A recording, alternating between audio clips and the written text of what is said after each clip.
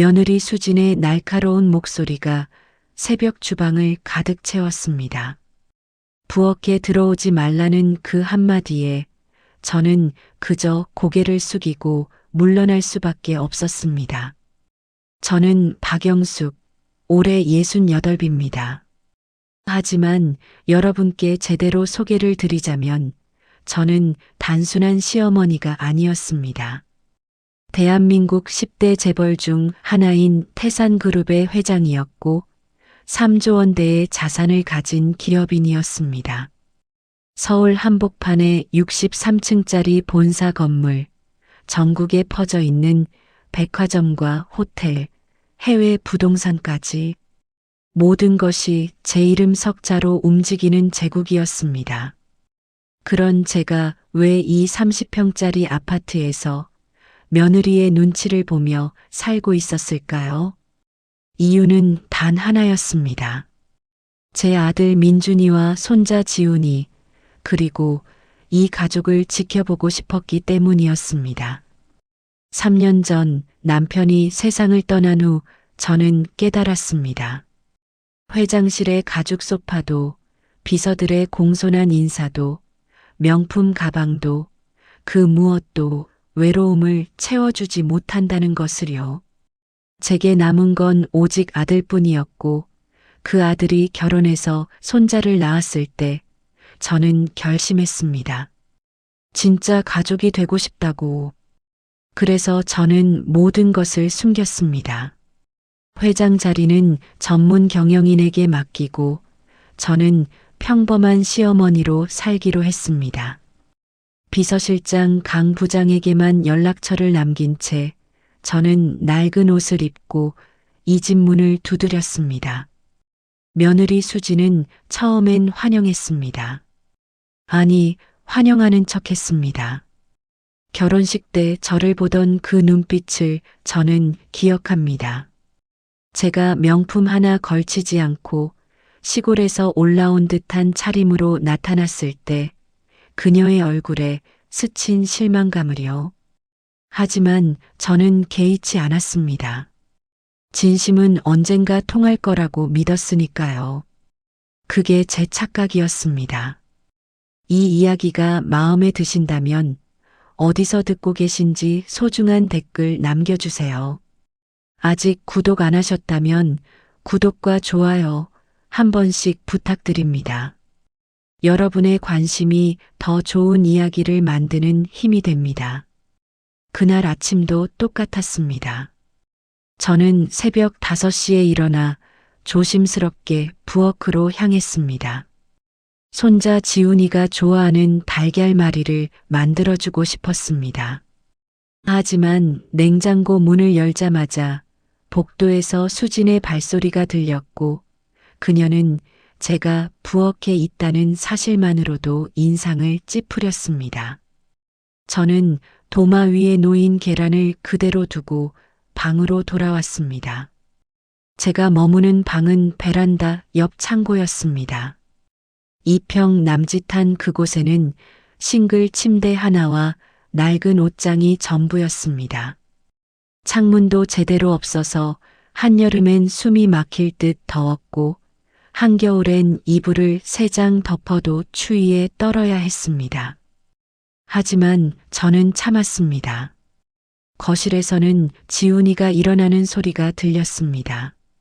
제 손자는 올해 8살 초등학교 2학년이었습니다. 맑은 눈망울과 해맑은 웃음을 가진 아이였습니다. 할머니라고 부르며 달려오던 그 작은 발걸음 소리가 제게는 세상 무엇보다 소중했습니다. 문틈으로 살짝 내다보니 지훈이가 식탁에 앉아 있었습니다. 수진이 아이 앞에 시리얼을 놓아주면서 무언가 속삭이는 모습이 보였습니다. 아이의 고개가 제 방 쪽으로 돌아왔다가 이내 고개를 저으며 외면했습니다. 가슴이 무너지는 것 같았습니다. 며느리는 제게서 손자마저 떼어놓고 있었습니다. 냄새가 난다고, 지저분하다고, 할머니는 가난하다고. 그런 말들을 아이에게 끊임없이 주입하고 있었던 겁니다. 오전 10시쯤 저는 빨래를 하러 베란다로 나갔습니다. 수진이 빨랫감을 내던지듯 제 발치에 던져놓았기 때문입니다. 명품 블라우스, 고급 속옷, 아이의 학교 체육복까지 저는 묵묵히 하나하나 손빨래를 시작했습니다. 찬물에 손이 시렸습니다. 관절염이 있는 손가락 마디마디가 욱신거렸습니다. 하지만 세탁기를 쓸 수는 없었습니다. 수진이 제가 세탁기를 만지는 것조차 싫어했으니까요. 빨래를 널면서 문득 과거가 떠올랐습니다. 30년 전 제가 태산그룹을 처음 물려받았을 때가 생각났습니다. 29의 나이에 아버지가 돌아가시고 저는 졸지에 수천 명의 직원을 책임져야 하는 회장이 되었습니다. 주변에서는 여자가 무슨 경영을 하느냐며 비웃었고 이사회는 저를 허수아비로 만들려 했습니다. 하지만 저는 포기하지 않았습니다. 밤새 경영학 책을 읽고 공장 현장을 직접 누비며 직원 한 명 한 명의 이름을 외우며 저는 결국 해냈습니다. 태산그룹을 5배 성장시켰고 대한민국 10대 재벌 반열에 올려놓았습니다. 그런 제가 지금은 이렇게 베란다에서 빨래를 널고 있었습니다. 점심시간이 되었습니다. 거실에서는 수진이 친구들을 불러 파티를 열고 있었습니다. 값비싼 케이터링 음식들이 테이블 가득 차려졌고 여자들의 웃음소리가 집안을 가득 채웠습니다. 하지만 제게는 단 한 점의 음식도 돌아오지 않았습니다. 저는 몰래 부엌에 들어가 냉장고 한켠에 숨겨둔 김치 한 조각과 밥 한 숟가락으로 끼니를 때웠습니다. 찬밥이었지만 굽는 것보단 나았습니다. 그런데 그때였습니다. 수진의 친구 중 한 명이 부엌으로 들어왔고 구석에서 밥을 먹고 있는 저와 눈이 마주쳤습니다. 그녀의 눈빛에 놀람과 동정이 섞여 있었습니다. 저는 재빨리 고개를 숙이고 방으로 돌아왔습니다. 얼마 후 거실에서 수군거리는 소리가 들렸습니다. 친구들이 수진에게 시어머니에 대해 묻고 있었고 수진은 대수롭지 않게 대답했습니다. 시골에서 올라온 가난한 노인이라고, 갈 곳이 없어서 얹혀 사는 거라고, 집만 되고 있다고. 베란다 창고방에 앉아 그 말을 듣는 제 심정을 여러분은 상상이나 하실 수 있을까요? 저는 이 며느리에게, 이 가족에게 진심을 다했습니다. 제가 가진 모든 부와 권력을 내려놓고 그저 평범한 가족의 일원이 되고 싶었습니다. 손자와 함께 공원을 산책하고 아들과 함께 저녁을 먹고 며느리와 함께 장을 보러 가는 그런 평범한 행복을 꿈꿨습니다. 하지만 현실은 참혹했습니다. 저녁 무렵 민준이가 퇴근했습니다. 제 아들은 대기업 과장이었고 매일 밤늦게 지친 모습으로 돌아왔습니다. 그는 저를 보면 미안한 듯 웃었지만 수진 앞에서는 아무 말도 하지 못했습니다. 저는 알고 있었습니다. 아들도 제가 이렇게 지내는 것을 알고 있다는 것을. 하지만 아내와의 불화가 두려워 모르는 척하고 있다는 것을요. 그날 밤 저는 잠들지 못하고 누워 있었습니다. 찬바람이 창고방 틈으로 들어왔습니다. 얇은 이불을 목까지 끌어올렸지만 추위는 뼛속까지 스며들었습니다. 그때 문득 핸드백 속에 있는 물건이 생각났습니다. 저는 조심스럽게 가방을 열었습니다. 그 안에는 블랙카드 한 장이 들어 있었습니다. 한도가 없는 카드였고 전 세계 어디서든 쓸 수 있는 카드였습니다. 강 부장이 혹시 모를 상황을 대비해 건네준 것이었습니다.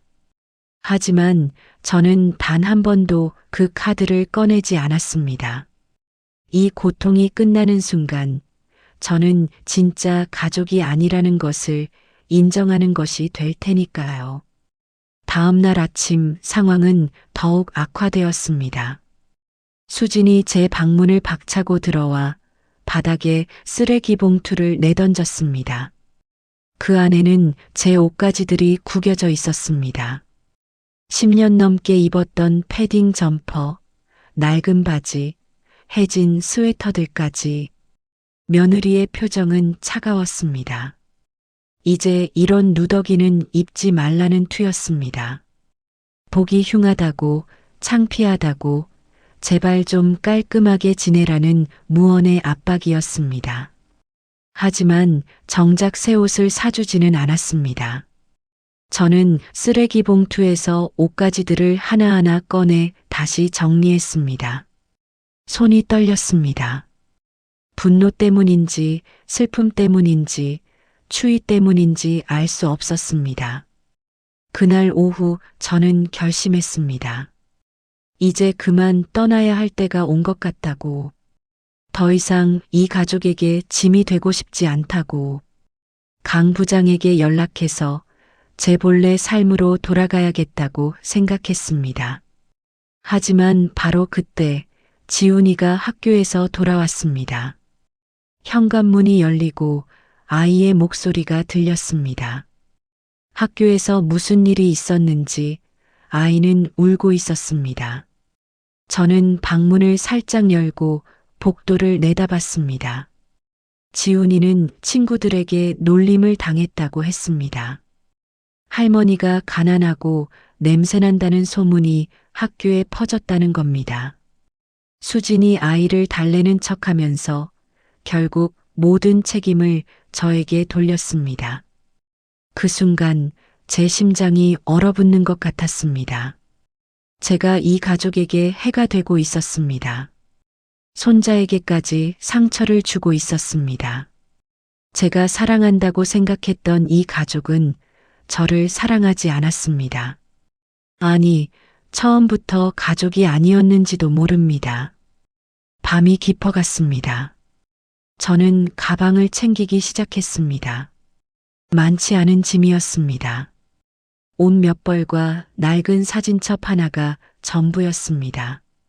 사진첩 속에는 남편과 함께 찍은 사진, 어린 민준이를 안고 있는 사진, 지훈이가 태어났을 때의 사진이 들어 있었습니다. 그 사진들을 보며 눈물이 흘렀습니다. 언제부터 이렇게 외로워졌을까요? 언제부터 사랑이 이렇게 아픈 것이 되어버렸을까요? 새벽 2시 저는 조용히 집을 나가려고 했습니다. 하지만 거실에 불이 켜졌고 수진이 나타났습니다. 술을 마신 듯 비틀거리는 그녀는 제가 나가려는 것을 보고 비웃었습니다. 그리고는 한마디를 던졌습니다. 그 한마디가 제 인생을 완전히 바꿔놓을 줄은 몰랐습니다. 새벽 2시 거실에 선 수진의 얼굴은 술 기운으로 붉게 상기되어 있었습니다. 그녀는 제가 가방을 들고 있는 모습을 보더니 비웃듯 한마디를 던졌습니다. 거지 같은 주제에 어디 가려고 하느냐고, 나가면 아들도 못 본다고, 손자도 만나지 말라고. 저는 그 자리에 얼어붙었습니다. 결국 저는 가방을 내려놓고 방으로 돌아왔습니다. 그날 밤 저는 베개에 얼굴을 묻고 소리 없이 울었습니다.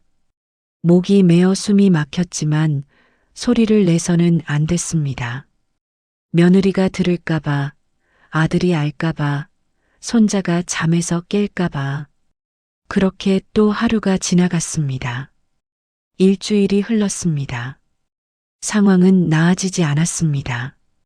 오히려 더 악화되었습니다.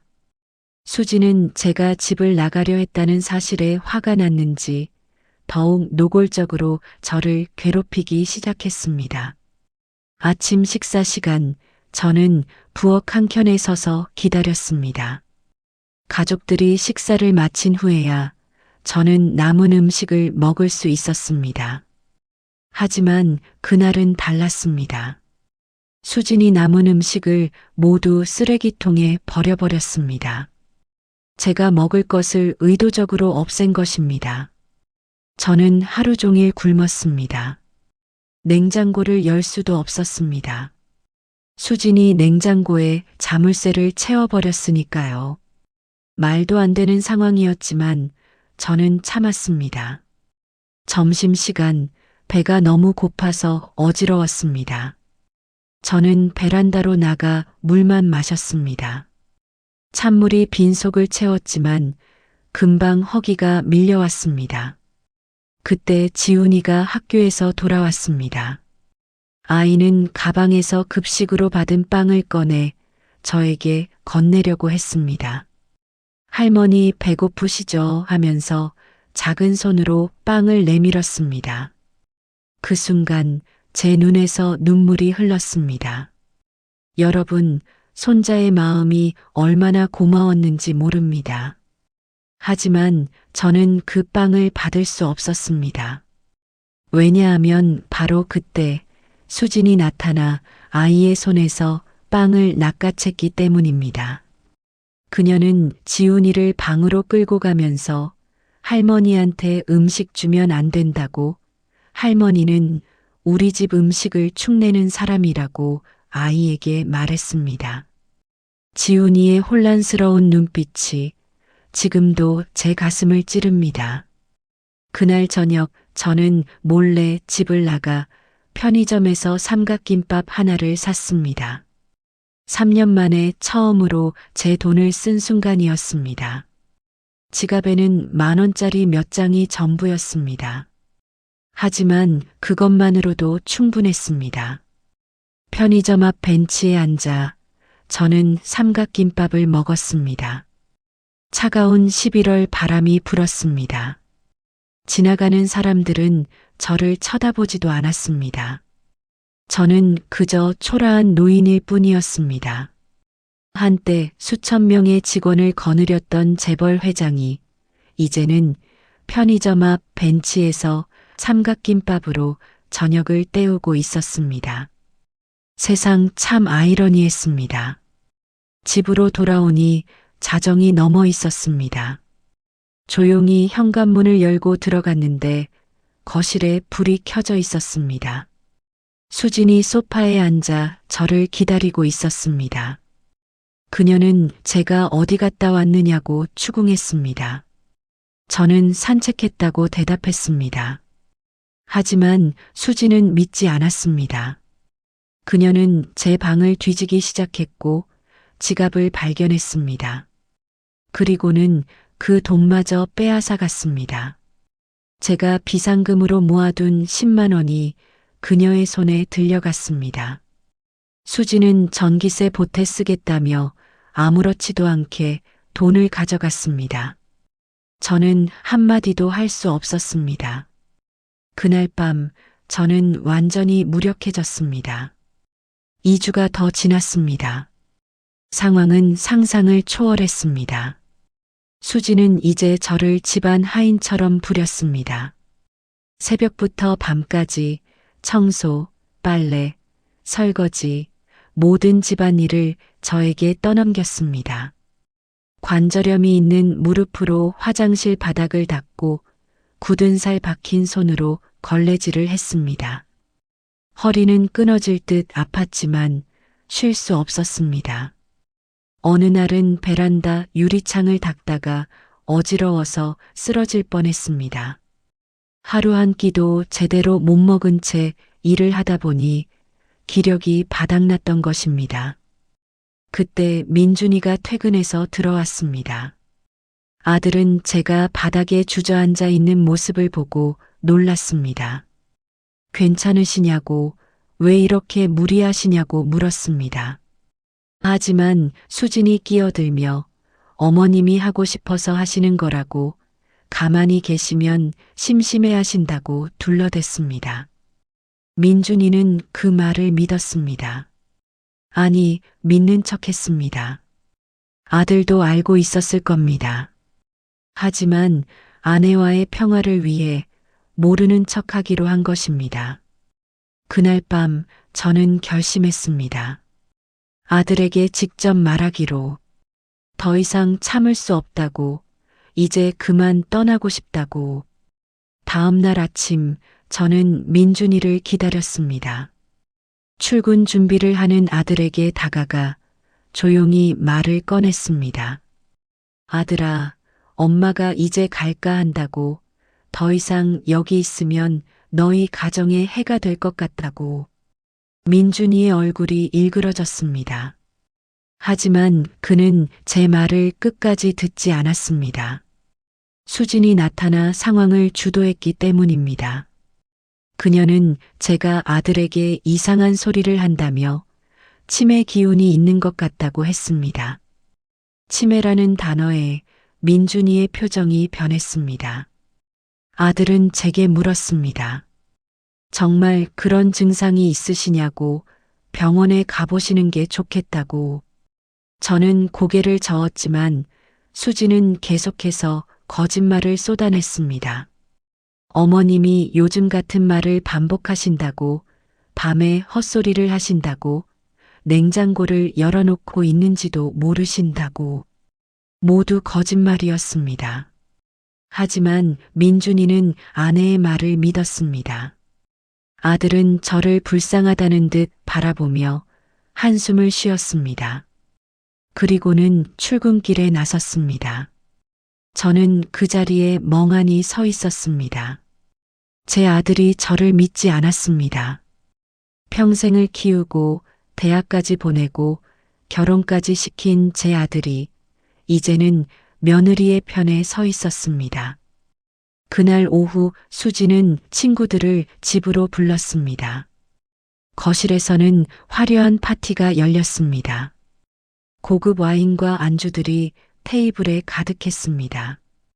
여자들의 웃음소리가 집안을 채웠습니다.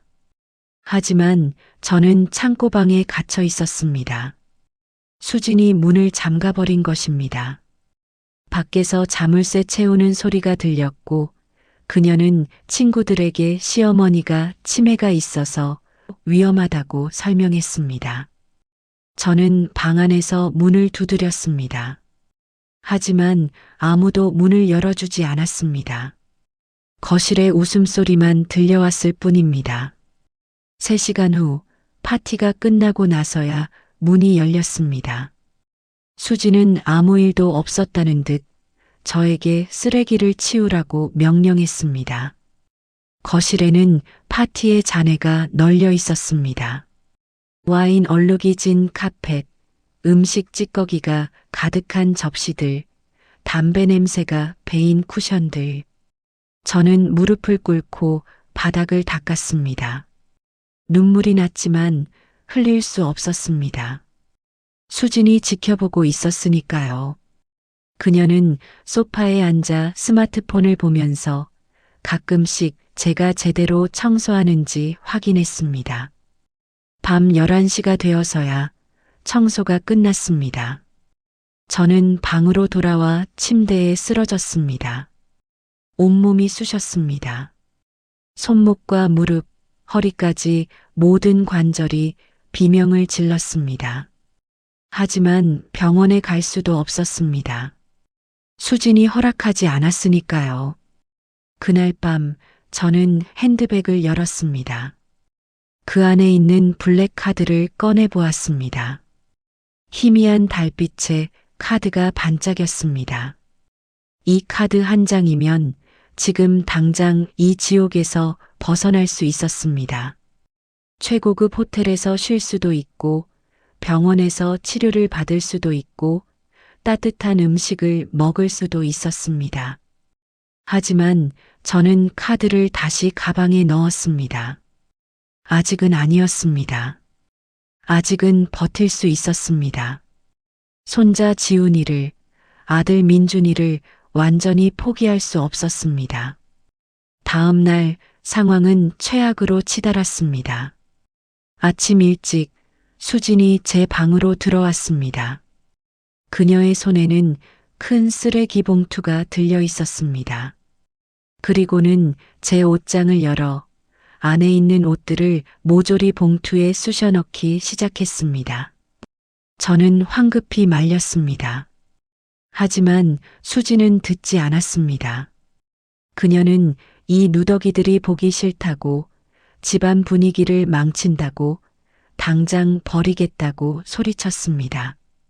그 안에는 남편이 생전에 사준 스웨터도 있었고, 어린 민준이와 함께 찍은 사진이 든 재킷도 있었습니다. 저는 그녀의 손을 붙잡았습니다. 제발 그것만은 버리지 말라고, 제게 소중한 것들이라고 애원했습니다. 하지만 수지는 제 손을 뿌리쳤습니다. 그 바람에 저는 균형을 잃고 바닥에 넘어졌습니다. 쿵 하는 소리와 함께 제 엉덩이가 차가운 바닥에 부딪혔습니다.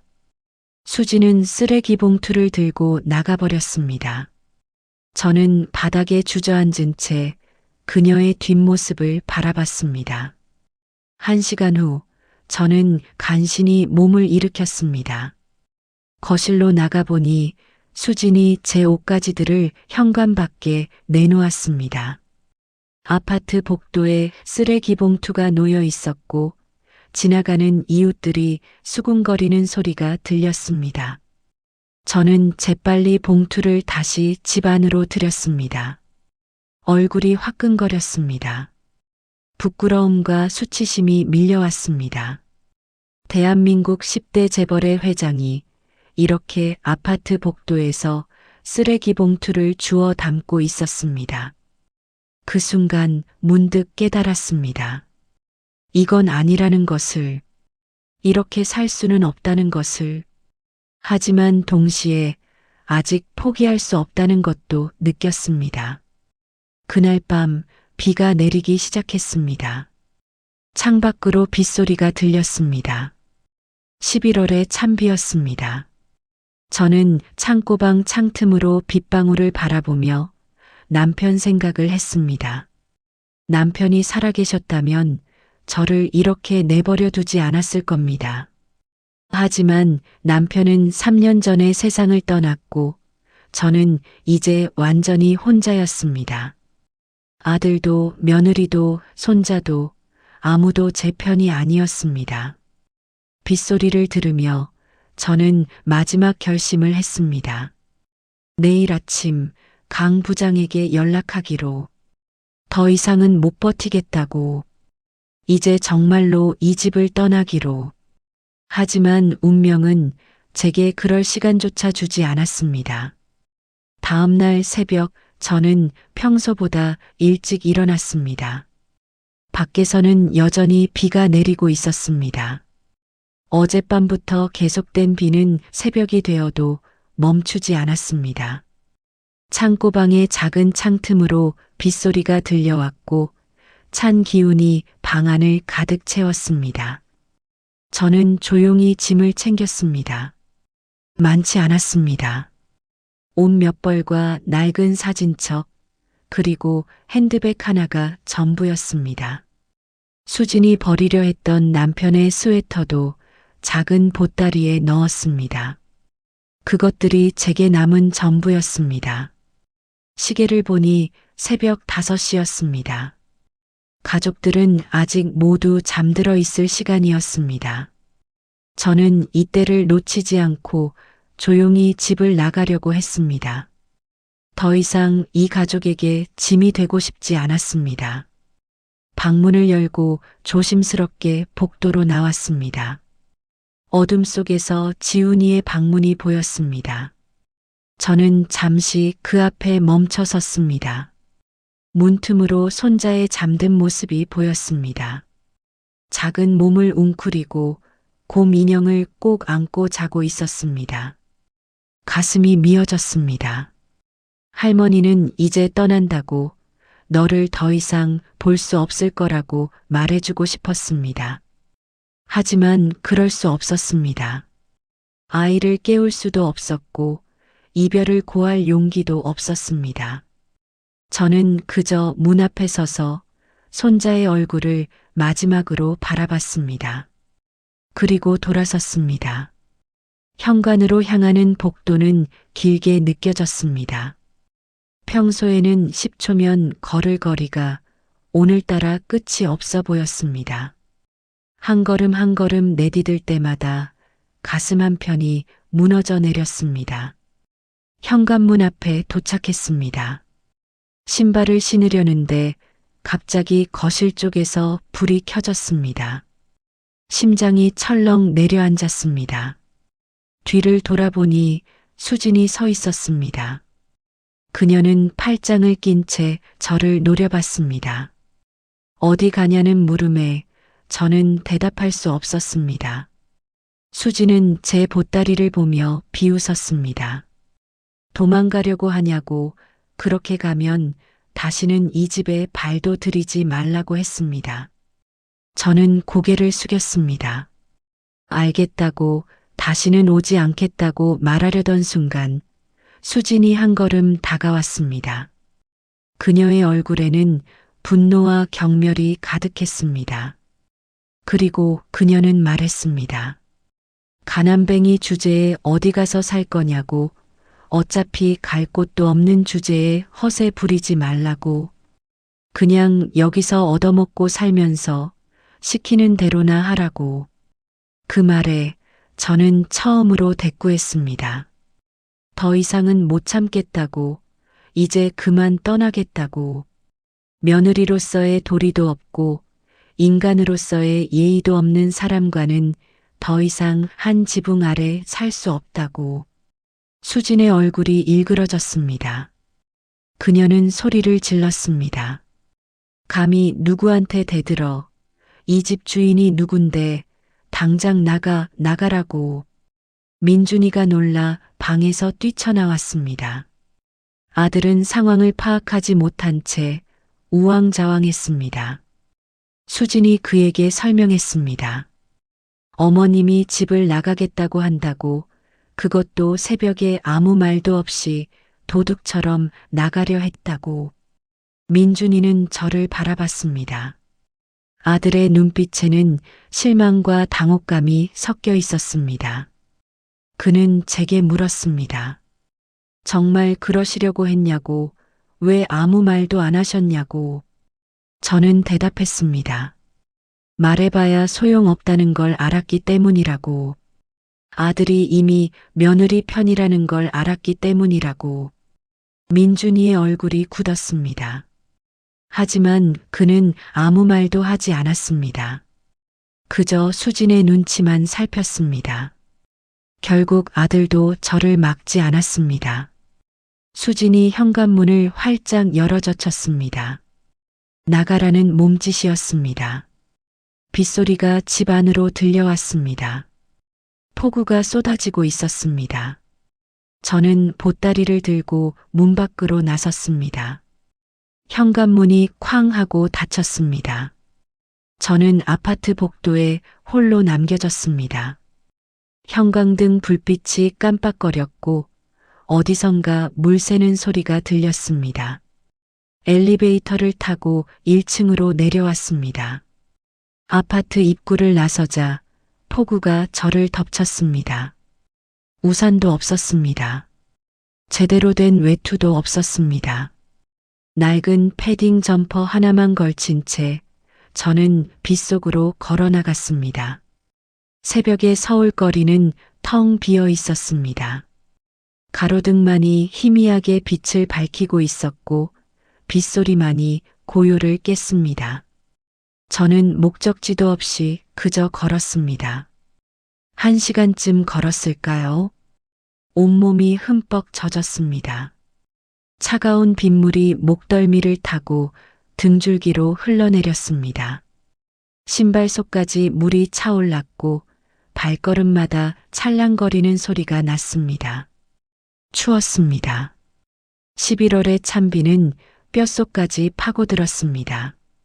이가 달달 떨렸고 손끝은 감각이 없어졌습니다. 하지만 저는 계속 걸었습니다. 어디로 가야 할지 몰랐지만 멈출 수 없었습니다. 한강 다리가 보였습니다. 저는 다리 위로 올라갔습니다. 난간에 기대어 한강을 내려다봤습니다. 검은 물살이 빠르게 흘러가고 있었습니다. 빗방울이 강물에 부딪혀 무수한 파문을 만들었습니다. 문득 이대로 뛰어내리면 어떨까 하는 생각이 들었습니다. 모든 고통이 끝날 것 같았습니다. 외로움도 수치심도 배고픔도 추위도 모든 것이 사라질 것 같았습니다. 하지만 저는 난간에서 손을 떼었습니다. 아직 죽을 수는 없었습니다. 죽기에는 너무 억울했습니다.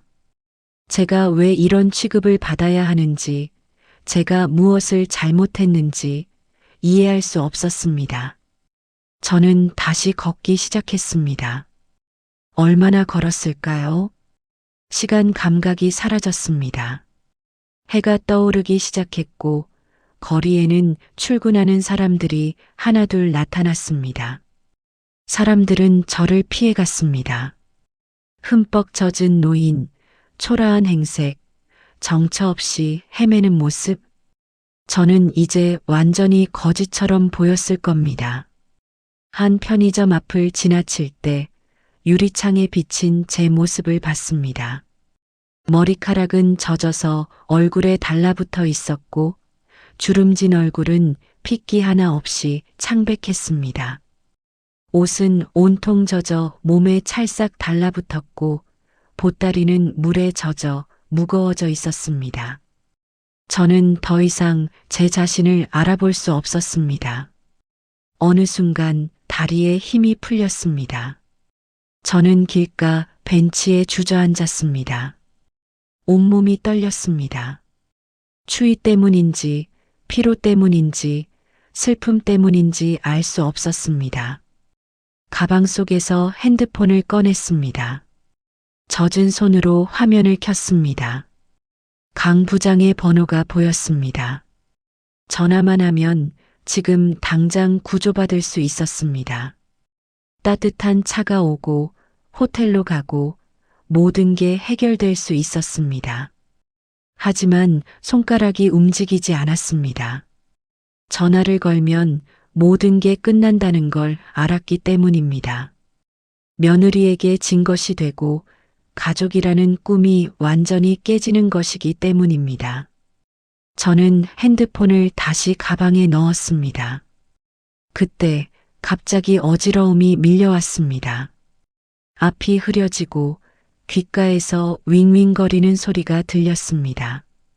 며칠 동안 제대로 먹지 못한 탓인지 온몸에 힘이 빠져나갔습니다. 저는 벤치에서 일어서려 했습니다. 하지만 다리가 휘청거렸고 균형을 잃었습니다. 세상이 기울어지는 것 같았습니다. 그리고 저는 쓰러졌습니다. 차가운 보도 위에 쓰러진 저는 희미한 의식 속에서 생각했습니다. 이대로 죽는 건가? 이렇게 초라하게 생을 마감하는 건가? 지나가는 사람들의 발소리가 들렸습니다. 누군가 제 곁에 멈춰 섰습니다. 흐릿한 시야로 보니 젊은 남자였습니다. 그는 다급하게 119에 전화를 걸었습니다. 의식이 점점 흐려졌습니다. 마지막으로 본 것은 검은색 고급 세단이 제 앞에 급정거하는 모습이었습니다. 차 문이 열리고 정장 차림의 남자가 뛰어내렸습니다. 강 부장이었습니다. 그가 어떻게 저를 찾았는지는 몰랐습니다. 하지만 그의 얼굴에 가득한 놀람과 걱정을 보며 저는 안도했습니다. 이제 모든 게 끝났구나. 의식이 완전히 끊어지기 직전 저는 생각했습니다. 이제 그 며느리에게 제가 누구인지 보여줘야 할 때가 왔다고. 더 이상 참지 않겠다고. 모든 것을 밝히겠다고. 그리고 저는 어둠 속으로 빠져들었습니다.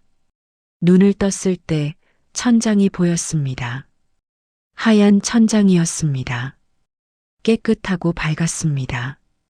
형광등이 아니라 은은한 간접 조명이었습니다. 어디선가 소독약 냄새가 났고 규칙적인 기계음이 들렸습니다. 저는 병원에 있었습니다. 고개를 돌려보니 넓은 병실이었습니다. 일반 병실이 아니었습니다. VIP 병실이었습니다. 최고급 침대, 가죽 소파, 대형 TV, 심지어 개인 욕실까지 딸린 특실이었습니다. 창가에는 강 부장이 서 있었습니다. 그는 제가 깨어난 것을 보고 급히 다가왔습니다. 회장님, 괜찮으십니까? 하는 그의 목소리에 눈물이 글썽였습니다. 저는 고개를 끄덕였습니다. 강 부장은 안도의 한숨을 쉬었습니다. 그는 상황을 설명해 주었습니다. 제가 길거리에서 쓰러진 것을 그가 발견했다고 했습니다. 사실 그는 3개월 전부터 제 위치를 추적하고 있었다고 했습니다.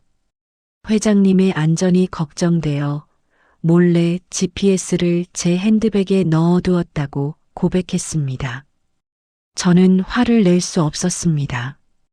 오히려 고마웠습니다. 그가 아니었다면 저는 그 거리에서 죽었을지도 모릅니다. 의사가 들어와 진단 결과를 설명했습니다. 탈수와 저체온증, 그리고 극심한 영양실조 상태였다고 했습니다. 혈압도 위험 수준까지 떨어져 있었고 심장도 불규칙하게 뛰고 있었다고 했습니다. 조금만 늦었어도 큰일 날 뻔했다고. 강 부장의 얼굴이 딱딱하게 굳었습니다. 그는 제게 물었습니다. 도대체 그 집에서 무슨 일이 있었냐고, 왜 이 지경까지 되도록 연락을 안 하셨냐고. 저는 대답할 수 없었습니다. 부끄러웠기 때문입니다. 대한민국 10대 재벌의 회장이 며느리에게 학대당하며 굶주렸다는 사실이 말하기 부끄러웠습니다. 하지만 강 부장은 모든 것을 짐작하는 눈치였습니다. 그는 조용히 말했습니다. 이제 그만하시라고, 더 이상 그런 고통을 받으실 필요 없다고, 회장님의 자리로 돌아오시라고. 저는 잠시 생각했습니다. 정말 돌아가야 할까요? 회장실로, 제 본래 자리로. 하지만 그렇게 되면 가족이라는 꿈은 완전히 끝나는 것이었습니다. 그때 병실 문이 열렸습니다. 수진이 들어왔습니다. 그녀의 얼굴은 창백했습니다. 눈은 크게 뜨여 있었고 입은 벌어진 채 굳어 있었습니다. 병실 안을 둘러보는 그녀의 시선이 강 부장에게 멈췄습니다. 강 부장은 정장을 단정히 차려입고 있었습니다. 고급 명품 시계, 맞춤 제작한 구두, 손에 든 명함 케이스까지. 그는 한눈에 봐도 고위급 임원이라는 것을 알 수 있었습니다. 수진의 시선이 병실을 다시 훑었습니다. 최고급 VIP 병실, 첨단 의료 장비들, 창밖으로 보이는 서울 전경. 이곳은 일반인은 들어올 수조차 없는 곳이었습니다. 하룻밤에 수백만 원이 드는 곳이었습니다. 그녀의 얼굴에 혼란이 번졌습니다. 강 부장이 그녀에게 인사했습니다. 처음 뵙겠습니다. 저는 태산그룹 비서실장 강민호입니다. 하는 말에 수진의 얼굴이 더욱 창백해졌습니다. 태산그룹. 대한민국 10대 재벌 중 하나인 태산그룹. 백화점, 호텔, 건설, 금융까지 손대지 않은 곳이 없는 거대 기업. 수진도 당연히 알고 있었습니다. 하지만 왜 태산그룹 비서실장이 여기 있는 건지 이해할 수 없다는 표정이었습니다. 강 부장이 설명했습니다. 박영숙 회장님께서 길거리에서 쓰러지셔서 급히 모시고 왔다고. 회장님의 건강 상태가 매우 위험하셨다고. 회장님. 그 단어에 수진의 눈이 저에게로 향했습니다. 침대에 누워있는 저를 그녀는 믿을 수 없다는 표정으로 바라봤습니다. 저는 조용히 말했습니다. 네, 저입니다. 태산그룹 회장 박영숙입니다. 수진의 다리가 휘청거렸습니다. 그녀는 벽에 손을 짚고 겨우 균형을 잡았습니다. 얼굴은 이제 새하얗게 질려 있었고 입술은 파르르 떨리고 있었습니다. 강 부장이 태블릿을 꺼내 그녀에게 보여줬습니다. 화면에는 제 공식 프로필이 떠 있었습니다. 태산그룹 홈페이지의 회장 소개 페이지였습니다. 거기에는 정장을 차려입은 제 사진이 있었고 양력이 적혀 있었습니다. 박영숙, 68세, 태산그룹 회장, 서울대 경영학과 졸업, 30년간 그룹을 이끌며 5배 성장, 총 자산 3조 원. 수진의 손이 떨렸습니다. 그녀는 태블릿 화면과 저를 번갈아 봤습니다. 믿을 수 없다는 표정이었습니다. 아니, 믿고 싶지 않다는 표정이었습니다. 강 부장이 차갑게 말했습니다. 회장님께서 3년간 신분을 숨기고 아드님 댁에 계셨다는 것을 알고 있습니다. 그리고 그곳에서 어떤 대우를 받으셨는지도 조사했습니다. 수진의 얼굴이 더욱 창백해졌습니다. 강 부장은 계속했습니다. 굶기기, 창고방에 가두기, 돈 빼앗기, 쫓아내기. 이 모든 것이 노인학대에 해당한다고 법적 조치도 가능하다고 말했습니다. 수진이 무릎을 꿇었습니다. 갑자기 바닥에 엎드려 빌기 시작했습니다. 죄송하다고, 몰랐다고, 용서해달라고. 목소리는 떨렸고 눈물까지 흘렸습니다.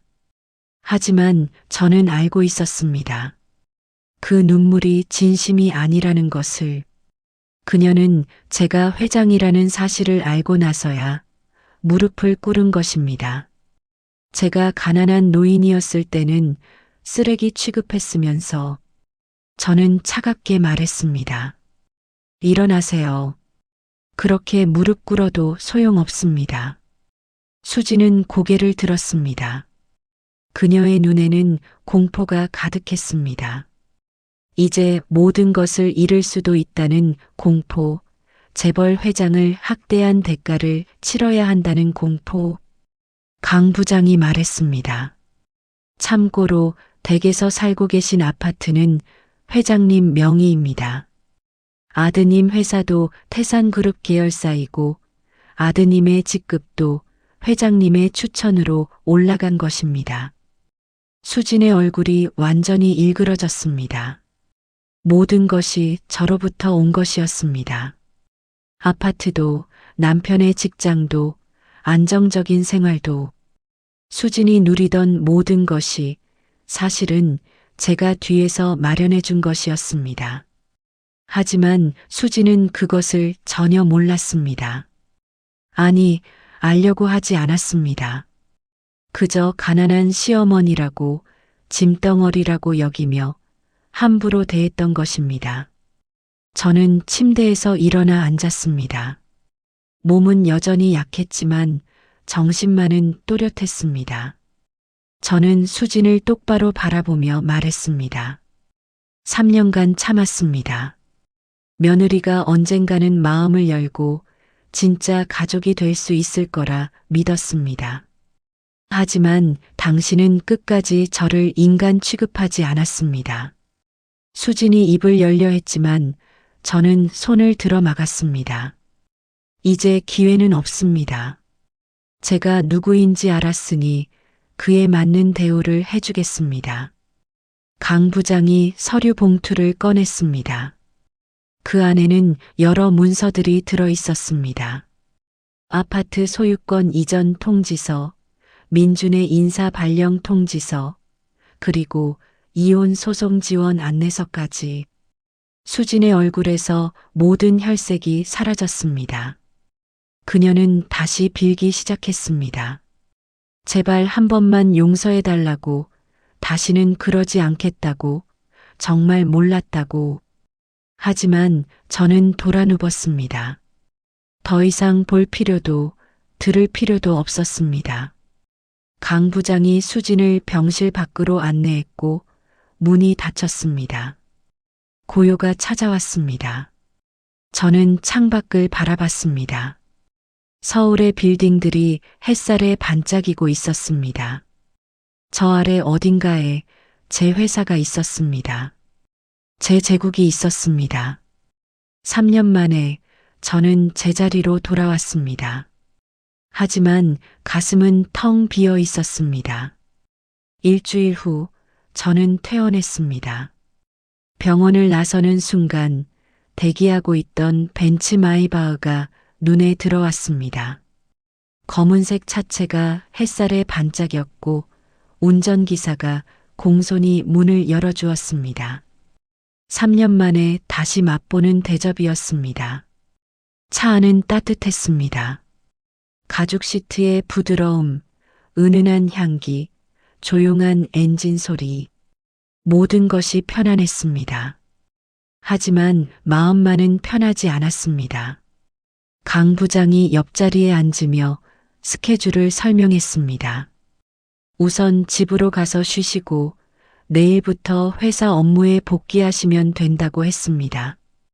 이사회는 이미 회장님의 복귀를 환영한다는 입장을 밝혔고 임직원들도 준비되어 있다고 했습니다. 저는 고개를 끄덕였습니다. 하지만 한 가지가 마음에 걸렸습니다. 민준이와 지훈이었습니다. 아들과 손자를 어떻게 해야 할지 결정을 내리지 못하고 있었습니다. 차는 강남의 한 주상복합 건물 앞에 섰습니다. 펜트하우스였습니다. 제 개인 소유의 공간이었습니다. 40층에 위치한 300평짜리 펜트하우스는 서울 전체가 내려다 보이는 곳이었습니다. 엘리베이터를 타고 올라가는 동안 저는 지난 3년을 떠올렸습니다. 2평짜리 창고방과 300평짜리 펜트하우스. 그 극명한 차이가 제 인생이었습니다. 하지만 넓은 공간이 행복을 보장하지는 않는다는 것도 알고 있었습니다. 펜트하우스 문을 열자 익숙한 공간이 펼쳐졌습니다. 하얀 대리석 바닥, 높은 천장, 거대한 창문. 거실에는 이탈리아산 소파가 놓여 있었고 벽에는 유명 화가의 작품들이 걸려 있었습니다. 하지만 텅 비어 있었습니다. 사람의 온기가 없었습니다. 3년 동안 아무도 살지 않았던 이 공간은 차갑고 쓸쓸했습니다. 저는 창가로 걸어가 서울을 내려다봤습니다. 저 아래 어딘가에 민준이의 아파트가 있을 것입니다. 지훈이가 학교에서 돌아와 놀고 있을 것입니다. 하지만 이제 그 모습을 볼 수 없었습니다. 그날 밤 저는 잠들지 못했습니다. 킹사이즈 침대는 너무 넓고 부드러웠지만 편하지 않았습니다. 오히려 2평짜리 방의 딱딱한 싱글 침대가 그리웠습니다. 아니, 정확히는 그 너머에 있던 가족이 그리웠습니다. 다음 날 아침 강 부장이 찾아왔습니다. 그는 조심스럽게 말했습니다. 며느리 최수진 씨가 면담을 요청했다고, 회장님을 직접 뵙고 싶다고 했다고. 저는 잠시 망설였습니다. 수진을 만나봐야 할까요? 하지만 강 부장은 조언했습니다. 한 번쯤은 정리가 필요하다고, 회장님께서 직접 선을 그어야 그쪽도 포기한다고. 저는 동의했습니다. 오후 3시 수진이 펜트하우스를 방문했습니다. 현관에서 그녀를 마주한 순간 저는 놀랐습니다. 수진의 모습이 완전히 달라져 있었기 때문입니다. 명품 옷 대신 단정한 정장을 입고 화려한 화장 대신 맨 얼굴에 가까웠습니다. 머리도 단정하게 묶었고 자세도 공손했습니다. 완전히 다른 사람 같았습니다. 저는 그녀를 거실로 안내했습니다. 소파에 앉으라고 권했지만 수지는 바닥에 무릎을 꿇었습니다. 그리고 절을 했습니다. 깊게 정중하게 이마가 바닥에 닿을 정도로 깊이 숙였습니다. 일어나서는 눈물을 흘리기 시작했습니다. 정말 죄송하다고, 용서해달라고, 몰랐다고. 저는 차를 마시며 그녀를 지켜봤습니다. 수진의 연기는 완벽했습니다. 눈물도 진짜 같았고 목소리의 떨림도 진심처럼 들렸습니다. 하지만 저는 속지 않았습니다. 3년간 그녀를 지켜본 저는 알고 있었습니다. 수지는 필요에 따라 얼마든지 변할 수 있는 사람이었습니다. 수지는 변명을 늘어놓기 시작했습니다. 시댁 스트레스가 심했다고, 육아로 지쳐 있었다고, 그래서 실수를 했다고, 어머님을 진짜 가난한 분인 줄 알았다고, 만약 알았다면 절대 그렇게 하지 않았을 거라고. 바로 그 말이었습니다. 만약 알았다면 그렇게 하지 않았을 것이라는 그 말. 결국 수지는 제가 회장이어서 사과하는 것이지 노인을 학대한 것 자체에 대해서는 죄책감이 없다는 뜻이었습니다. 저는 조용히 물었습니다. 만약 제가 정말 가난한 노인이었다면 그렇게 대해도 괜찮았다는 건가요? 수진의 얼굴이 굳었습니다. 그녀는 황급히 변명했습니다. 그런 뜻이 아니라고, 말을 잘못했다고, 어쨌든 죄송하다고. 하지만 이미 본심은 드러났습니다. 저는 일어서서 창가로 걸어갔습니다. 서울의 풍경을 바라보며 차갑게 말했습니다.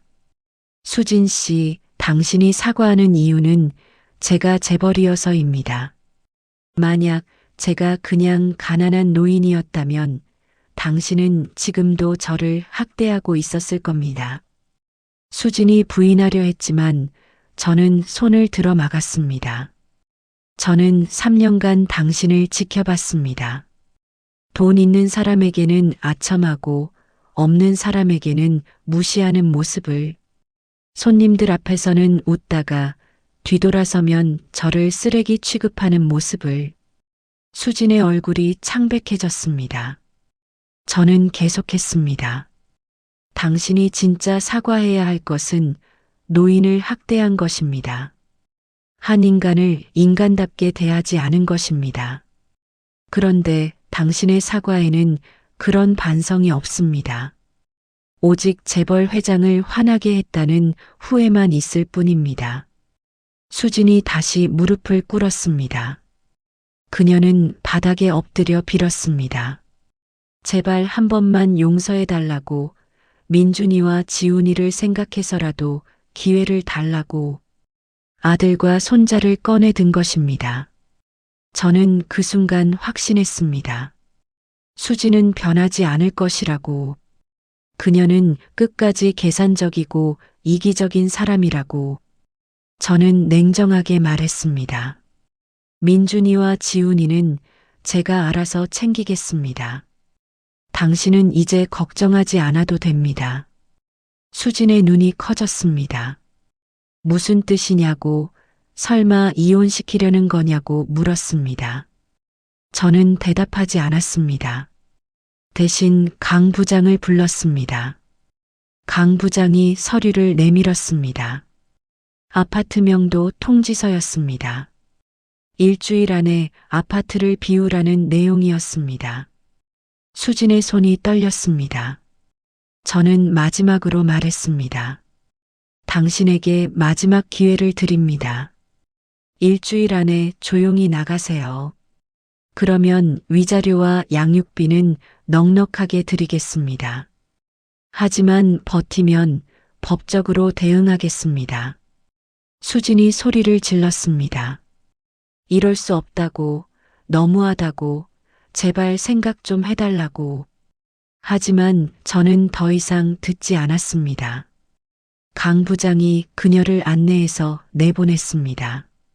문이 닫히고 다시 고요가 찾아왔습니다. 저는 소파에 앉아 한숨을 쉬었습니다. 가슴이 아팠습니다. 이렇게 끝나는 것이 맞는 걸까요? 하지만 다른 선택지는 없었습니다. 수지는 변하지 않을 것이고 저는 더 이상 그 학대를 받아들일 수 없었습니다. 그날 밤 민준이에게서 전화가 왔습니다. 아들의 목소리는 당황스러워 보였습니다. 어머니, 이게 무슨 일이냐고, 왜 갑자기 이러시냐고. 저는 차분하게 설명했습니다. 3년간 있었던 일들을, 며느리가 저를 어떻게 대했는지를, 제가 얼마나 힘들었는지를. 하지만 민준이는 믿지 않는 듯 했습니다. 아들은 수진의 편을 들었습니다. 와이프가 좀 서툴렀을 수는 있어도 그렇게까지 나쁜 사람은 아니라고. 오해가 있는 것 같다고. 한 번 더 대화해 보자고. 저는 전화를 끊었습니다. 아들마저 저를 믿지 않았습니다. 결국 민준이도 수진과 같은 사람이었는지도 모릅니다. 어머니보다 아내가 더 중요한 사람. 그날 밤 저는 결심했습니다. 이제 정말로 완전히 선을 긋기로. 며느리뿐만 아니라 아들과도. 일주일이 지났습니다. 수지는 아파트를 비우지 않았습니다. 기한이 지났지만 여전히 그곳에 머물며 버티고 있었습니다. 강 부장의 보고에 따르면 수지는 변호사를 선임했고 법적 대응을 준비 중이라고 했습니다. 저는 예상했습니다. 수진이 순순히 물러날 사람이 아니라는 것을. 그녀는 끝까지 싸울 것이고 제가 가진 모든 것을 빼앗으려 할 것입니다. 하지만 저도 준비가 되어 있었습니다. 그날 오전 저는 태산그룹 본사 63층 회장실에 앉아 있었습니다. 3년 만에 돌아온 제 자리였습니다. 거대한 창문 너머로 서울 전체가 내려다 보였습니다. 책상 위에는 서류 뭉치가 놓여 있었습니다. 아파트 소유권 이전 서류, 민준의 인사 발령 서류, 수진의 명의로 되어 있던 각종 카드와 계좌 해지 서류. 저는 하나하나 서명하기 시작했습니다. 펜을 들 때마다 가슴 한쪽이 아팠습니다. 하지만 멈출 수 없었습니다. 이것이 제가 선택한 길이었고 수진이 자초한 일이었습니다. 강 부장이 들어와 보고했습니다. 아파트명도 소송이 접수되었다고, 빠르면 이번 주 안에 강제 집행이 가능하다고 했습니다. 민준의 인사 발령도 처리되었다고, 내일부터 지방지사로 발령난다고 했습니다. 저는 고개를 끄덕였습니다. 민준이를 서울에서 멀리 보내는 것도 계획의 일부였습니다. 아들이 수진의 영향력에서 벗어나 스스로 생각할 시간을 갖기를 바랐습니다. 그날 오후 강제 집행이 시작되었습니다. 법원 집행관과 경찰, 그리고 이사업체 직원들이 아파트로 들이닥쳤습니다. 수진은 저항했지만 소용없었습니다. 강 부장이 보낸 영상을 보니 수진이 현관에서 고함을 지르고 있었습니다. 이럴 수 없다고, 이건 불법이라고. 하지만 집행관은 냉정했습니다. 모든 것이 합법적인 절차라고, 아파트 소유주의 정당한 권리라고 설명했습니다. 짐을 싸는데 3시간이 걸렸습니다. 이탈리아 가구들, 명품 가방들, 고가의 전자제품들. 수진이 그동안 누렸던 모든 것이 차례차례 밖으로 나왔습니다. 하지만 그것들은 원래 수진의 것이 아니었습니다. 모두 제 돈으로 산 것이었고 제 명의로 되어 있는 것이었습니다. 수지는 단지 사용했을 뿐입니다. 저녁 무렵 수지는 결국 아파트를 떠났습니다. 강 부장의 보고에 따르면 그녀는 친정으로 돌아갔다고 했습니다. 민준이는 어쩔 줄 몰라 하며 회사 기숙사로 들어갔다고 했습니다. 지훈이는 수진이 데려갔다고 했습니다. 그 말에 제 가슴이 무너졌습니다. 손자를 빼앗긴 것 같았습니다. 하지만 어쩔 수 없었습니다. 법적으로 양육권은 아직 수진에게 있었으니까요. 다음 날 민준이가 회사로 찾아왔습니다.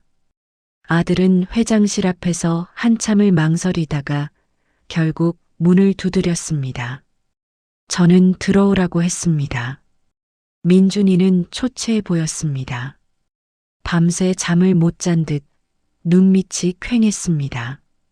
정장은 구겨져 있었고 넥타이도 제대로 매지 않았습니다. 아들은 저에게 물었습니다. 어머니, 왜 이러시냐고. 왜 갑자기 모든 것을 빼앗아 가시냐고. 가족인데 이렇게까지 해야 하냐고. 저는 차분하게 대답했습니다. 민준아, 나는 3년간 참았어. 내 와이프가 나를 어떻게 대하는지 너도 알고 있었잖니. 하지만 너는 모른 척했지. 민준이는 고개를 숙였습니다. 아들도 알고 있었던 것입니다. 수진이 저를 학대하는 것을. 하지만 아내와의 불화가 두려워 외면했던 것입니다. 저는 계속했습니다. 너는 내 아들이지만 동시에 한 가정의 가장이야. 내 어머니를 지키지 못했어. 그러니 이제 그 대가를 치러야 해. 민준이가 눈물을 흘렸습니다. 평생 본 적 없는 모습이었습니다. 제 아들이 제 앞에서 울고 있었습니다. 아들은 용서를 빌었습니다. 정말 몰랐다고, 수진이 그렇게까지 심하게 굴 줄 몰랐다고, 이제라도 고치겠다고, 제발 기회를 달라고. 하지만 저는 고개를 저었습니다. 너무 늦었다고, 이미 선은 넘었다고. 그리고 내가 정말 반성한다면 수진과 이혼하고 지훈이 양육권을 받아오라고 했습니다. 민준이의 얼굴이 굳었습니다. 아들은 망설였습니다. 이혼은 너무 극단적이지 않냐고, 다른 방법은 없냐고 물었습니다. 저는 단호하게 말했습니다. 없어. 수지는 변하지 않아. 너도 알잖니. 그 사람은 돈과 권력에만 관심 있는 사람이야. 민준이는 한참을 고민하다가 결국 고개를 숙이고 나갔습니다. 아들의 뒷모습을 보며 저는 한숨을 쉬었습니다. 민준이도 결국 수진을 택할 것입니다. 어머니보다 아내를. 그게 현실이었습니다. 일주일 후 예상대로 민준이는 수진과 이혼하지 않았습니다. 대신 저에게 편지를 보냈습니다. 어머니를 배신한 것 같아 죄송하다고, 하지만 지훈이 때문에 이혼할 수 없다고, 아이에게 완전한 가정을 주고 싶다고. 저는 편지를 읽고 불에 태워버렸습니다. 결국 아들도 저를 선택하지 않았습니다. 가족이라는 환상은 완전히 깨졌습니다. 그날부터 저는 모든 것을 회수하기 시작했습니다. 민준이 이름으로 되어 있던 회사 주식, 수진 명의의 계좌에 들어있던 돈, 심지어 결혼 선물로 줬던 고급 시계까지 하나도 남기지 않았습니다. 한 달이 지나자 민준이 가족은 완전히 몰락했습니다. 아파트는 빼앗겼고 저축은 바닥났고 민준이는 지방 발령으로 월급도 줄었습니다.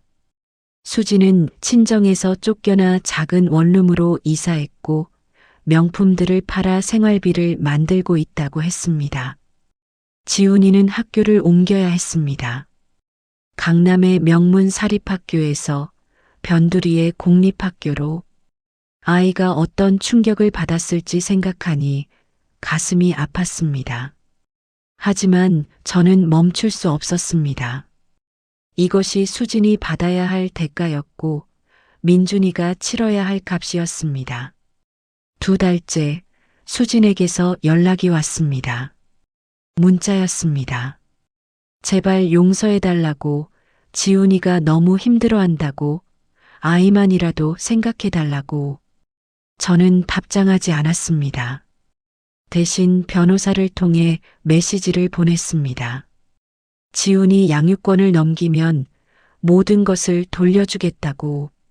아파트도, 돈도, 민준이의 서울 발령도. 수지는 거부했습니다. 아이만은 절대 포기할 수 없다고, 차라리 이 상태로 살겠다고 했습니다. 저는 그녀의 선택을 존중했습니다. 그렇다면 끝까지 가는 수밖에 없었습니다. 3달째 상황은 더욱 악화되었습니다. 민준이는 회사에서 좌천되어 거의 한직으로 밀려났습니다. 수지는 일자리를 구했지만 금방 그만뒀습니다. 명품에 익숙했던 손으로 설거지를 할 수 없었기 때문입니다. 지훈이는 학교에서 왕따를 당하기 시작했습니다. 할머니가 재벌인데 버림받았다는 소문이 퍼졌고 아이들이 놀렸다고 했습니다. 지훈이는 매일 울며 집에 돌아왔고 수지는 어쩔 줄 몰라 했습니다. 강 부장이 보고할 때마다 저는 마음이 흔들렸습니다. 손자가 고통받고 있었습니다. 제 핏줄이 제가 사랑했던 아이가 힘들어하고 있었습니다. 하지만 저는 참았습니다. 이것이 교육이라고, 세상은 호락호락하지 않다는 것을 배우는 과정이라고 스스로를 설득했습니다. 넉 달째 전환점이 왔습니다. 민준이가 이혼 서류를 들고 수진 앞에 나타났다고 했습니다. 아들은 더 이상 버틸 수 없었던 것입니다. 어머니를 잃고 직장을 잃고 아들마저 괴로워하는 모습을 견딜 수 없었던 것입니다.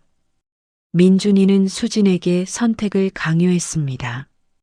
이혼하고 양육권을 넘기면 위자료 10억을 주겠다고. 거부하면 이대로 지옥 같은 생활을 계속하게 될 거라고. 수지는 사흘간 고민했습니다. 그리고 결국 서명했습니다. 10억이라는 돈 앞에서 아들보다 돈을 택한 것입니다. 저는 그 소식을 듣고 쓴웃음을 지었습니다. 역시 수지는 변하지 않았습니다. 끝까지 돈이 우선이었습니다.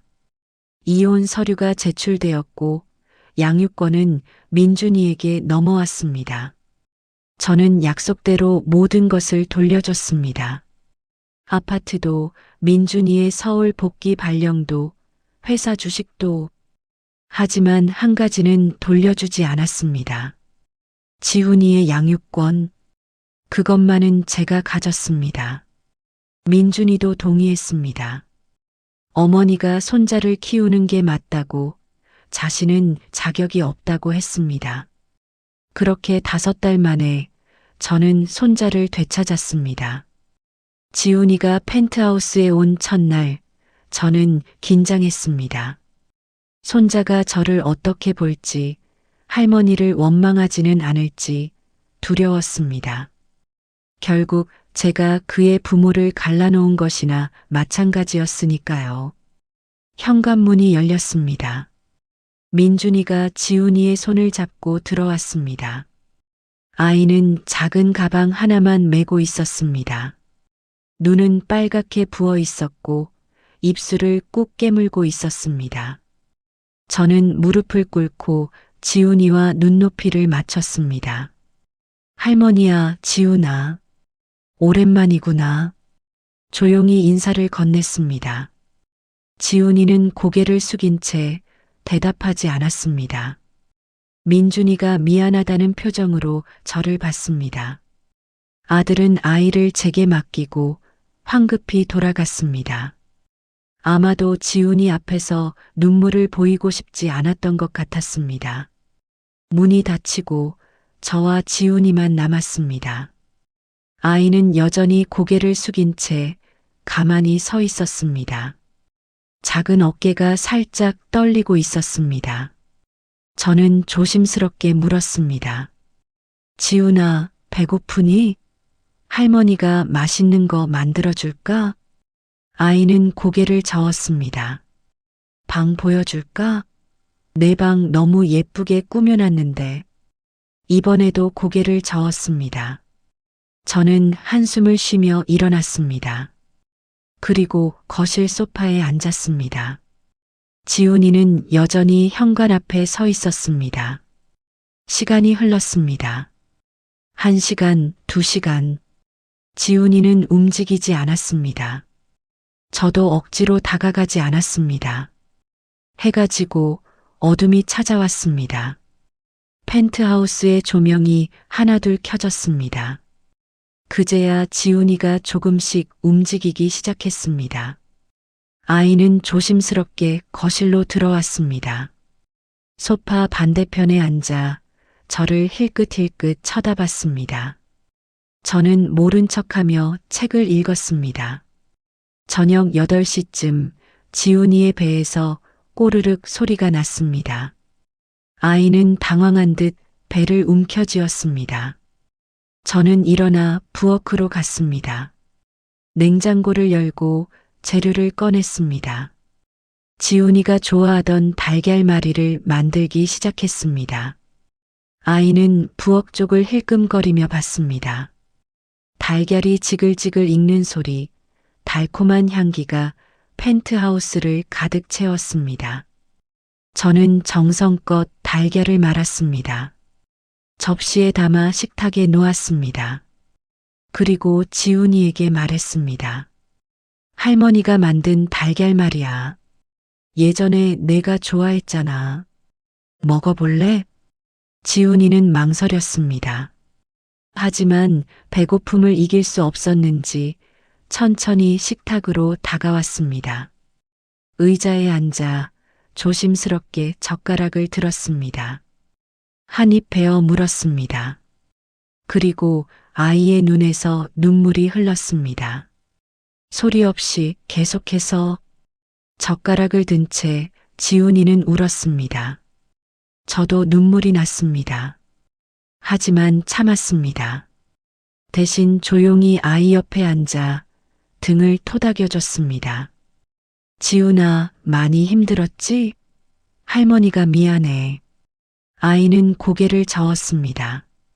그리고 작은 목소리로 말했습니다. 할머니 잘못 아니에요. 엄마가 나빴어요. 그 말에 제 가슴이 무너졌습니다. 8살 아이가 엄마를 나쁘다고 말하고 있었습니다. 얼마나 상처받았으면 이런 말을 할까요? 저는 지훈이를 꽉 안아줬습니다. 아이도 저를 껴안았습니다. 그리고 한참을 울었습니다. 제 품에서 참았던 모든 눈물을 쏟아냈습니다. 그날 밤 저는 지훈이를 재웠습니다. 아이 방에는 새 침대와 책상, 장난감들이 가득했습니다.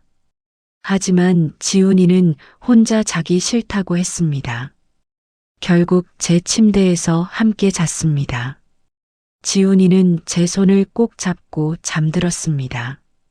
작은 손이 따뜻했습니다. 저는 그 손을 놓치지 않으려고 밤새 깨어 있었습니다.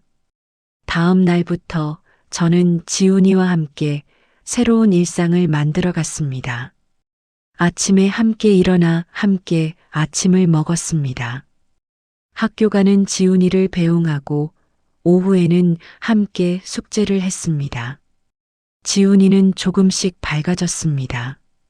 처음엔 말이 없었지만 일주일쯤 지나자 웃음이 나오기 시작했습니다.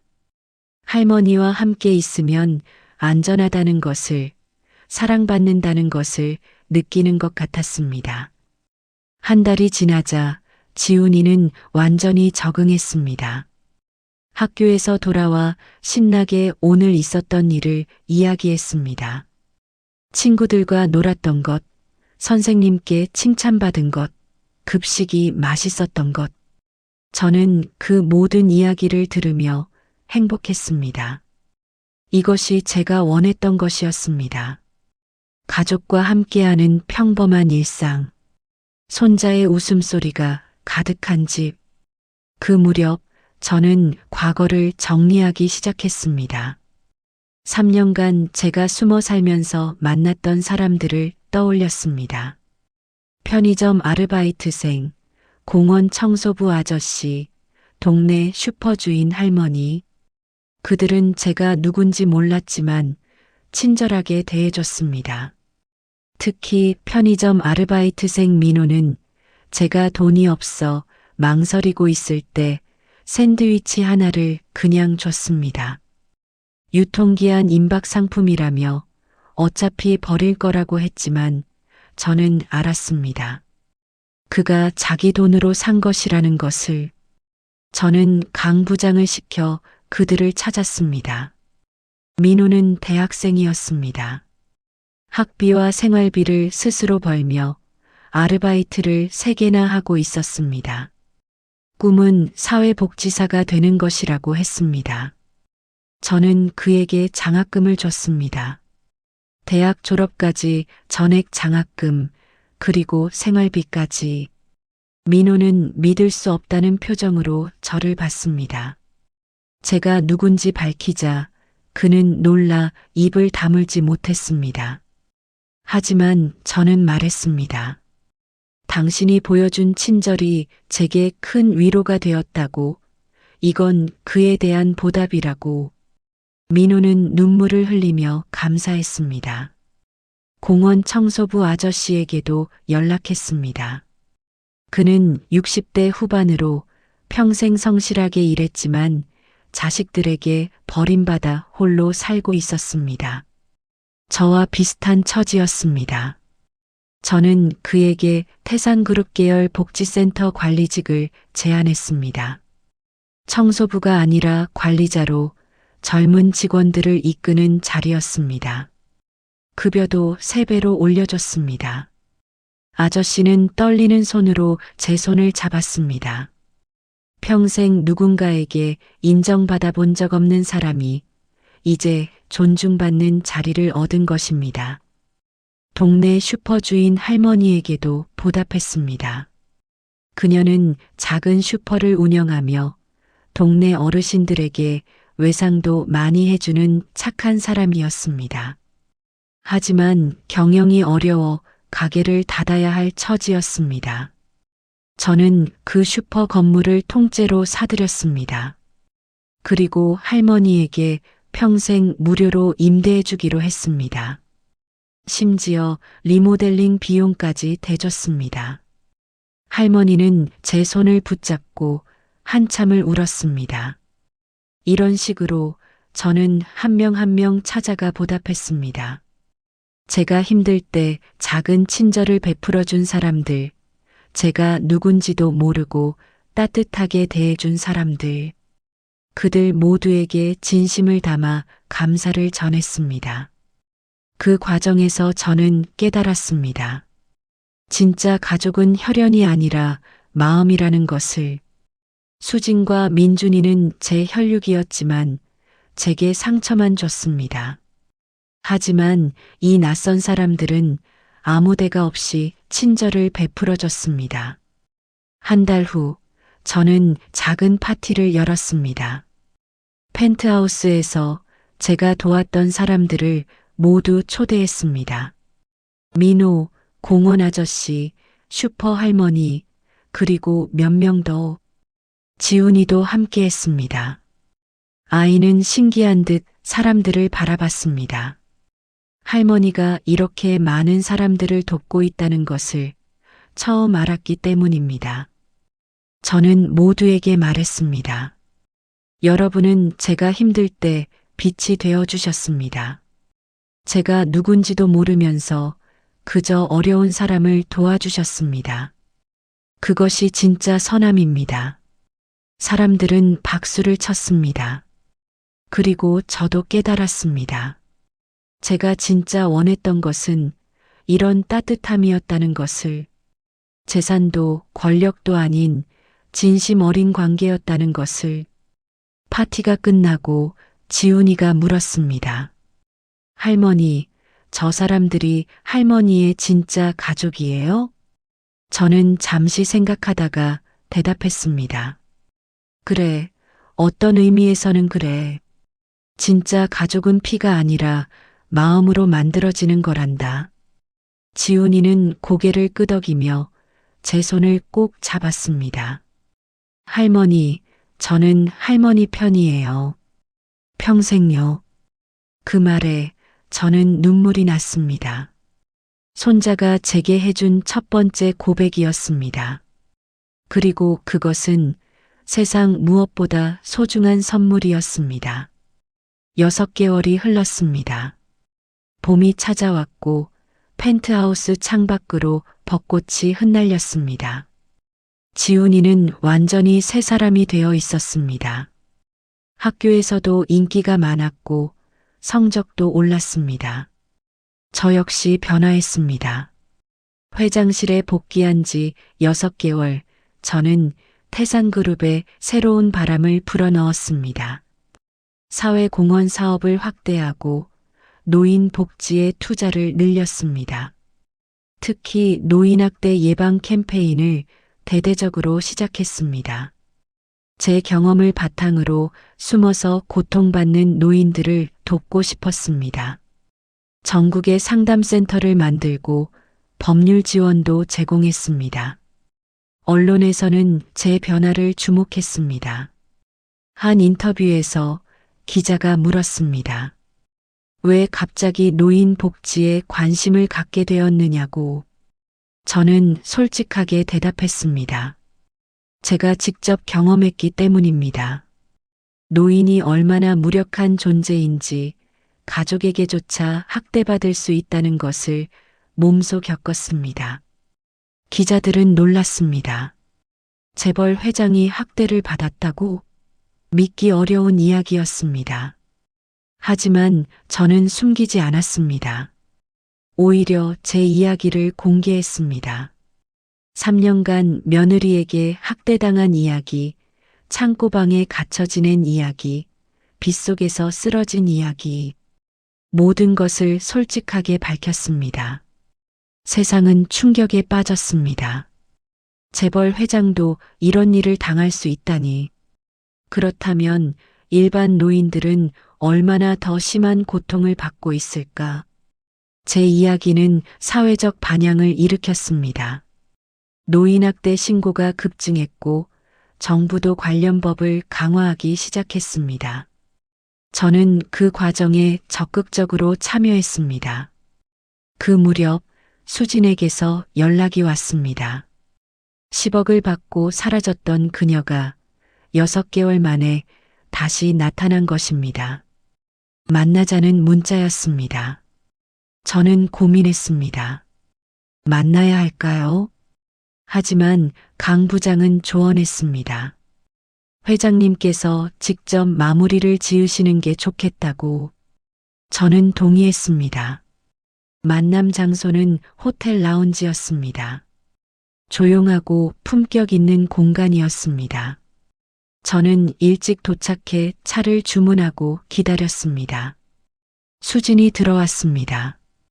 6개월 만에 본 그녀는 많이 변해 있었습니다. 명품 대신 평범한 옷을 입었고 화장도 연했습니다.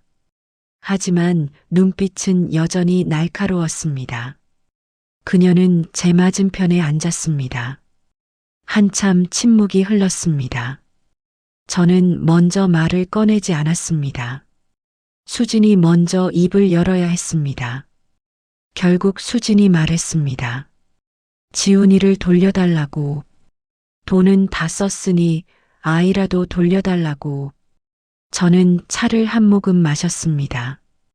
그리고 조용히 대답했습니다. 안 됩니다. 지훈이는 이제 저와 함께 행복합니다. 당신에게 돌려줄 수 없습니다.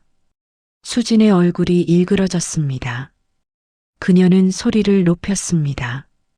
자기가 낳은 아이인데 어떻게 빼앗을 수 있느냐고. 법적으로도 문제가 있다고. 저는 서류를 꺼냈습니다. 양육권 포기 각서였습니다. 수진이 직접 서명한 문서였습니다.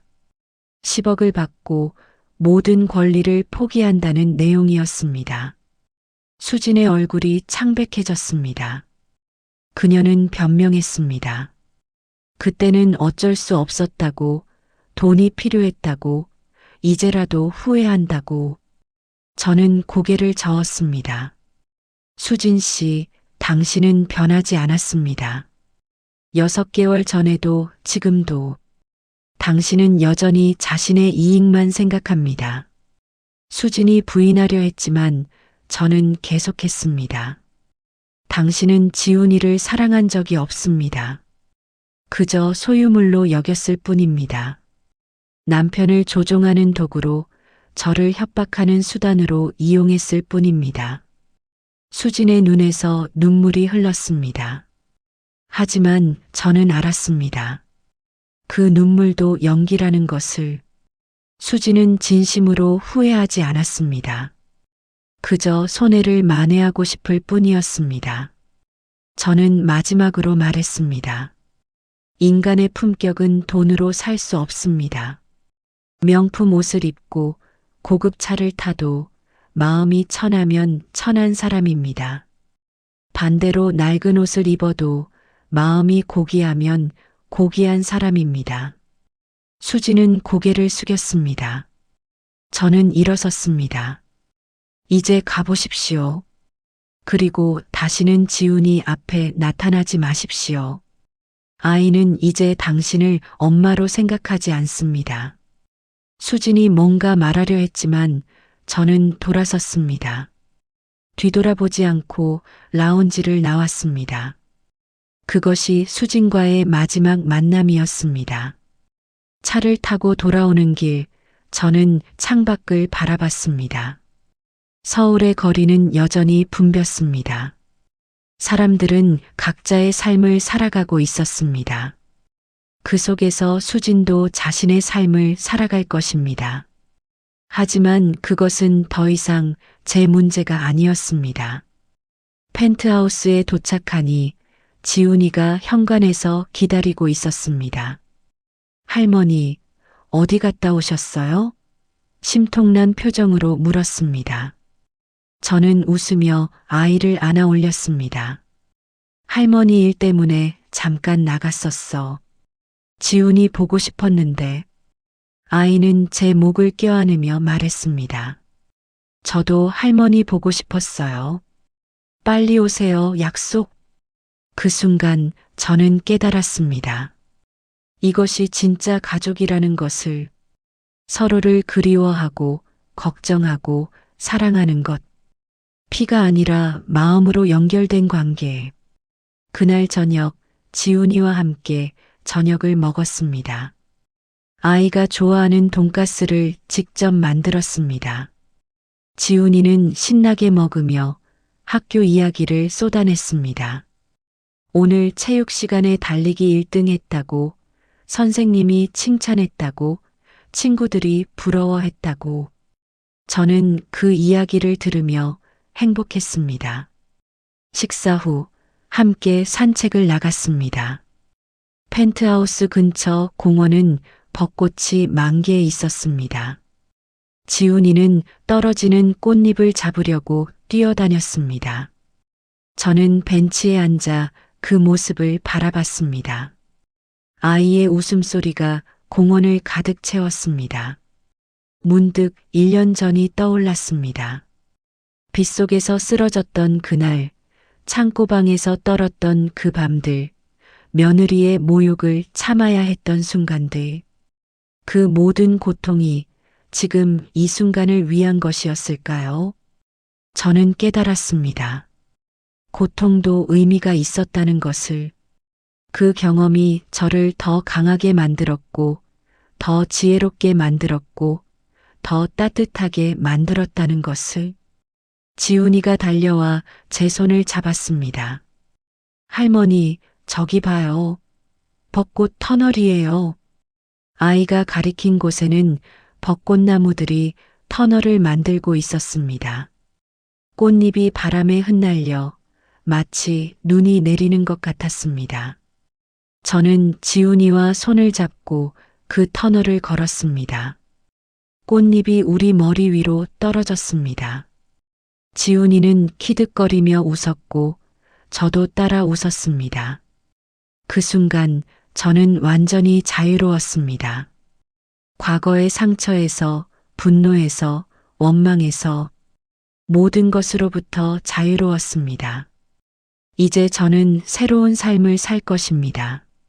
지훈이와 함께 진심으로 저를 대해주는 사람들과 함께 돈과 권력이 아니라 사랑과 존중으로 채워진 삶을. 터널 끝에서 저는 뒤를 돌아봤습니다. 우리가 걸어온 길에는 떨어진 꽃잎들이 흩어져 있었습니다. 아름다웠습니다. 인생도 그런 것 같았습니다. 지나온 길이 아무리 힘들어도 뒤돌아보면 그건 나름의 아름다움이 있다는 것. 그리고 그 길이 있었기에 지금의 내가 있다는 것. 지훈이가 물었습니다. 할머니, 행복하세요? 저는 아이를 안아 올리며 대답했습니다. 응, 할머니는 지금 정말 행복해. 지훈이가 있어서. 아이는 제 뺨에 뽀뽀를 했습니다. 저도 행복해요, 할머니. 우리는 함께 웃었습니다. 벚꽃이 흩날리는 그 봄날, 저는 완전한 평화를 느꼈습니다. 더 이상 아무것도 필요 없었습니다.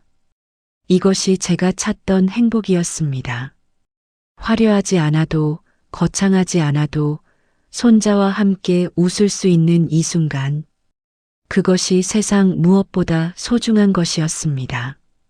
여러분, 살다 보면 때로는 바닥까지 떨어지는 순간이 옵니다. 모든 것을 잃은 것 같고 세상이 나를 버린 것 같은 순간. 하지만 포기하지 마십시오. 그 바닥에서도 희망은 있습니다. 진심으로 당신을 대해주는 사람들이 있고 다시 일어설 힘이 당신 안에 있습니다. 그리고 기억하십시오. 사람의 가치는 재산이나 지위가 아닙니다. 얼마나 따뜻한 마음을 가졌는지, 얼마나 진실하게 살았는지가 진짜 품격입니다. 제 이야기가 누군가에게 작은 위로가 되기를 바랍니다.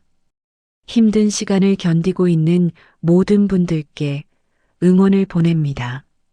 당신은 혼자가 아닙니다. 반드시 봄은 옵니다. 저는 지훈이와 손을 잡고 집으로 돌아갔습니다. 따뜻한 저녁 식사를 준비하고 함께 TV를 보고 아이를 재울 것입니다. 그리고 내일도 모레도 이렇게 평범하고 행복한 일상을 이어갈 것입니다. 그것이 제가 선택한 삶입니다. 재벌 회장이 아니라 한 아이의 할머니로서의 삶. 그리고 그것이 제게는 가장 소중한 것입니다. 여기까지 이야기를 들어주셔서 진심으로 감사드립니다. 오늘 이야기가 여러분의 마음에 작은 위로와 따뜻함을 전해드렸기를 바랍니다. 혹시 지금 어디에서 이 이야기를 듣고 계신가요? 출근길 지하철에서, 퇴근 후 집에서, 아니면 잠들기 전 침대에서 어디에 계시든 댓글로 남겨주신다면 그곳에 건강과 행복, 그리고 따뜻한 봄날 같은 기쁨이 가득하기를 기도하겠습니다. 아직 구독하지 않으셨다면 구독 버튼을 꾹 눌러주시고 옆에 작은 종 모양 알림 설정까지 켜주시면 다음 이야기를 누구보다 먼저 만나보실 수 있습니다. 여러분 한 분 한 분의 관심과 응원이 더 좋은 이야기를 만들어가는 큰 힘이 됩니다. 오늘도 행복한 하루 보내시고 사랑하는 가족, 소중한 분들과 함께 웃음 가득한 시간 되시기를 바랍니다. 다음 이야기에서 또 만나요. 감사합니다.